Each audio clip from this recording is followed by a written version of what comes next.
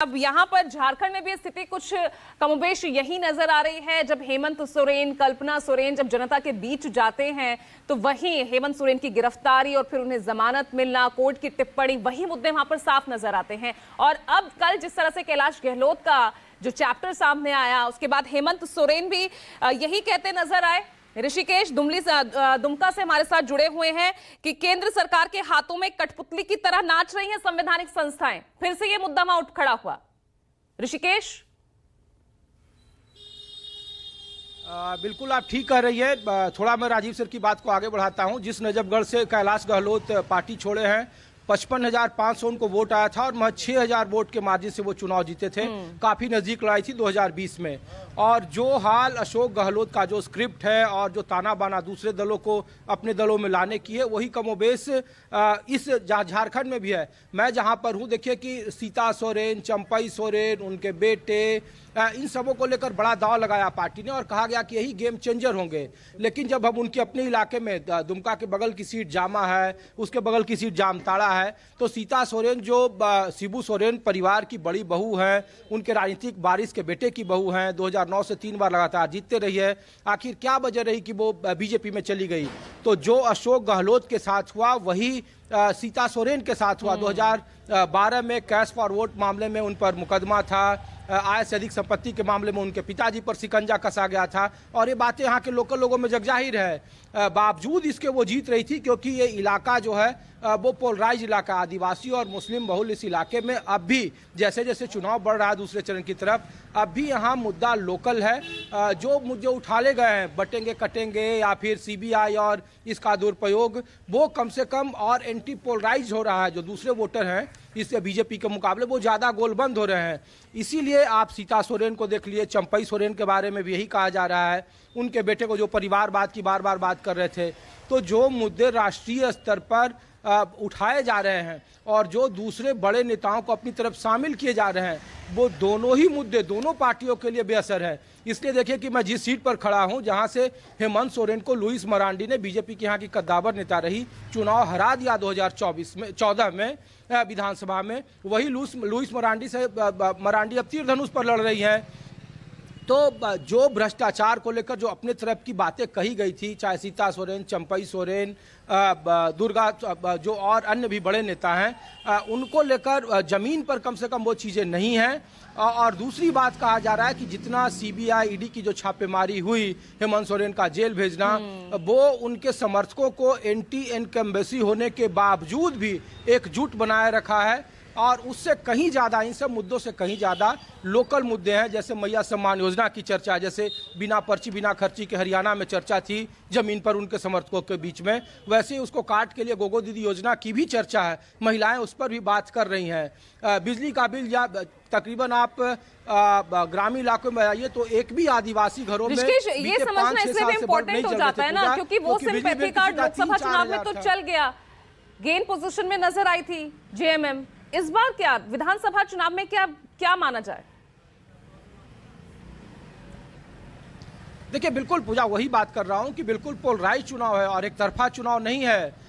हो सकता है 23 तारीख को जब चुनावी नतीजे आए तो आप हैरान हो जाएंगे, अप्रत्याशित नतीजे हो सकते हैं। जो सबसे ज़्यादा मजबूत दावा झारखंड को लेकर भारतीय जनता पार्टी का था और जो सबसे ज़्यादा यहाँ नैरेटिव गढ़े गए, जितने भी बड़े बड़े नेता आए जमीन पर, उससे कहीं ज़्यादा यहाँ के वोटरों के लोकल मुद्दे हावी हैं। और उसका एक नुकसान, फायदा कितना होगा ये कहना मुश्किल है, लेकिन एक नुकसान जरूर है कि सीता सोरेन को बीजेपी में लाने का दाव उल्टा पड़ गया है। जामताड़ा में भी उनके खिलाफ बहुत नाराजगी है, जामा जो सीट से जीतती थी वो भी बहुत दिक्कत है, दुमका की सीटें है वहाँ भी बहुत ज़्यादा असर नहीं डाल रही है। तो एंटी पोलराइजेशन जमीन पर हुआ, आदिवासी और मुस्लिम वोट इंटैक्ट है। ईडी सीबीआई के दुरुपयोग का जो बड़ा मुद्दा रहा है, वो पोलराइज करने में बड़ी भूमिका निभाई है, जो एंटी पोलराइजेशन है। दूसरी बात यह है कि जो लोकल मुद्दों पर यहाँ चुनाव लड़े जा रहे हैं, और लोकसभा में देखिए जो 5 सीटों पर आंकड़ा था इंडिया गठबंधन का, कम से कम एसटी सीटों में बदस्तूर वो जारी रहेगा। हाँ, कांग्रेस इस मुद्दे पर जरूर पिछड़ रही है कि परिवारवाद, करप्शन, उनके नेताओं को लेकर वो सबसे ज़्यादा डैमेज कर रहे हैं, क्योंकि जो यहाँ की डेमोग्राफी है, जो वोटरों की बुनावट है, वो वहाँ पर भारतीय जनता पार्टी मजबूत है और कमज़ोर कड़ी यहाँ कांग्रेस है। बावजूद इसके यहाँ पे चुनाव लोकल मुद्दों पर हो रहे हैं और उन मुद्दों पर सरकार की तरफ से किए गए कुछ योजनाएं जमीन पर काफ़ी पॉपुलर हैं। मध्य प्रदेश की जो लक्ष्मी लाडली योजना थी, जो बिना खर्च बिना पर्ची के हरियाणा में थी, जो मॉड्यूल, वही मॉड्यूल यहाँ हेमंत सोरेन की सरकार का, इंडिया गठबंधन का मैया सम्मान योजना है और बिजली बिल की माफ़ी है। हम लोग कई आदिवासी इलाकों में गए, वहाँ किसी के घर में 4-5 साल से बल्ब नहीं जल रहे थे। हेमंत सोरेन ने बीते 4-5 साल सबका कर्ज माफ़ कर दिया। जो बिजली का बिल था, किसी का 35,000, किसी का 40,000, किसी का 60,000, और वो सब वहाँ कनेक्शन चालू हो गए, वहाँ के बिजली व्यवस्था ठीक हो गई है। तो ये ग्रामीण इलाकों की मैं बात कर रहा हूँ। लेकिन बावजूद उसके जो बटेंगे कटेंगे हिंदुत्व का मुद्दा, जहाँ पे मुस्लिम पॉपुलेशन का ज़्यादा है, वहाँ पर वो मुद्दा ज़्यादा है। और वाकई में बीजेपी के जो वोटर हैं वो एग्रेसिव हैं, पोलराइज्ड हैं, लेकिन उसका एंटी पोलराइजेशन भी हुआ है। तो झारखंड में ये चुनाव राष्ट्रीय मुद्दों से कहीं ज़्यादा थोड़ा क्षेत्रीय मुद्दों के अक्स पर लड़ा जा रहा है, और उससे भी कहीं ज़्यादा पंचायत चुनाव जैसा लड़ा जा रहा है, बेहद लोकल मुद्दों पर लड़ा जा रहा है। प्रत्याशी आपका कैसा है? देवघर में देखिए, जो अयोध्या का हालत था, जो वहाँ के पुरोहित पंडा थे, वो भारतीय जनता पार्टी के विधायक से सबसे ज़्यादा नाराज है। बीते 10 साल से वहाँ भारतीय जनता पार्टी चुनाव जीत रही है। और वहाँ पूरे देश में कॉरिडोर एक अलग मामला है, लेकिन यहाँ वैद्यनाथ धाम मंदिर में चले जाइए, कॉरिडोर को लेकर वहाँ के सबसे ज़्यादा स्थानीय पुरोहित उसका विरोध कर रहे हैं, क्योंकि उनको लगता है कि जो अयोध्या में हुआ, जो बाबा विश्वनाथ के आसपास के पुरोहितों का हुआ, जो स्थानीय आबादी को हुआ, वही हाल यहाँ भी हो जाएगा और फिर उनकी जीविका खत्म हो जाएगी। तो ये डर है और इसीलिए यहाँ काफ़ी विरोध है। आखिरी वक्त में कितना पोलराइज हो पाएगा, कितना धर्म एक बड़ा मुद्दा होगा, यह कहना मुश्किल है। लेकिन अब 48 घंटे का वक्त रहा वोटिंग का, कम से कम जमीन पर उस तरीके की हवा तो नहीं दिख रही है। लोकल गोलबंदी जरूर है कि लुइस मरांडी आ गई है तो वो हमारे लिए कितना अच्छी होंगी। यहाँ से जो चुनाव लड़ रहे हैं सुनील सोरेन, वो कितना लोकसभा सांसद रहे तो वो कितना काम किए।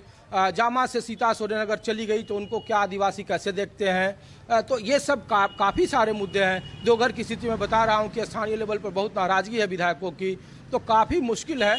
और इसीलिए चुनाव टैक्टिकल हो रहा है, अलग अलग सीट पर अलग अलग है। जैसे महाराष्ट्र में शरद पवार, उद्धव ठाकरे बड़े स्टार कैंपेनर हैं, उसी तरीके से यहाँ लोकल लेवल पर कल्पना सोरेन, हेमंत सोरेन, राहुल गांधी तो हैं ही। तो यह स्थानीय चेहरे हैं जो भरोसे के हैं और जो उनके वोटर हैं वो उनके साथ गोलबंद है, इंटैक्ट है। इसीलिए चुनावी नतीजे काफ़ी मुश्किल भरा होगा और ये कहना बिल्कुल संभव नहीं है कि किधर कौन जाएगा। दोनों ही इंटैक्ट है, लेकिन गोलबंदी, एंटी गोलबंदी जेएमएम के पक्ष में ज़्यादा दिख रही है।